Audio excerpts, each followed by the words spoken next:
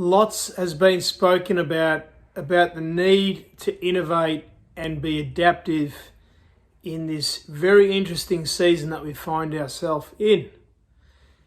The challenge, however, is that innovation is expensive, it takes time, and it relies on your ability to be able to get resources engaged and optimized to do it effectively. Lots and lots of research has been done over the years in terms of lots of the models that are out in the marketplace. When you think of lean, agile, lean startup, design thinking, all those, in essence, buzzwords have actually been used well to get businesses moving in this space. So we often asked in our environment, how do you get innovation implemented?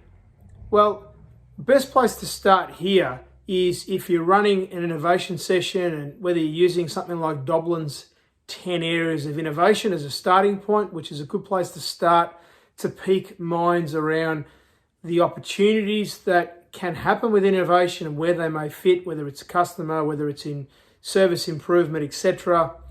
To use that as a frame of reference to begin.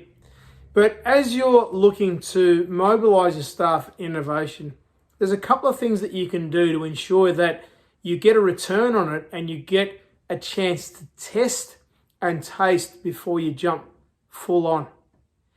So where do you start?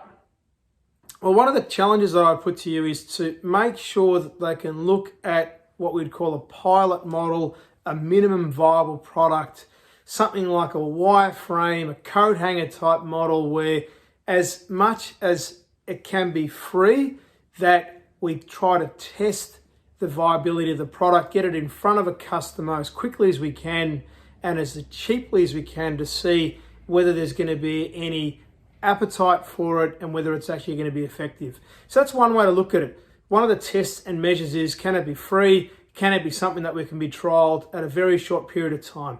So when I'm challenging teams, I would say to them, be really critical on picking a time, defining a time in a short window, usually a month or 6 weeks later, where they've got to come back, pitch a test, a mock-up, a prototype that we can test and then decide whether we want to move with it going forward.